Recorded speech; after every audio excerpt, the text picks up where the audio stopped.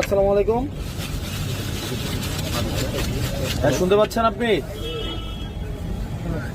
শোনেন, আপনি হচ্ছে ওই ইজারা তুলবেন বাজার থেকে, বাজারের বাইরে চাঁদা তুলতে আসবেন না কালকে থেকে, বুঝছেন? বাজারের বাইরে কোনো চাঁদা তুলতে আসবেন না, কোনো চাঁদাবাজি চলবে না দেবিদ্দার।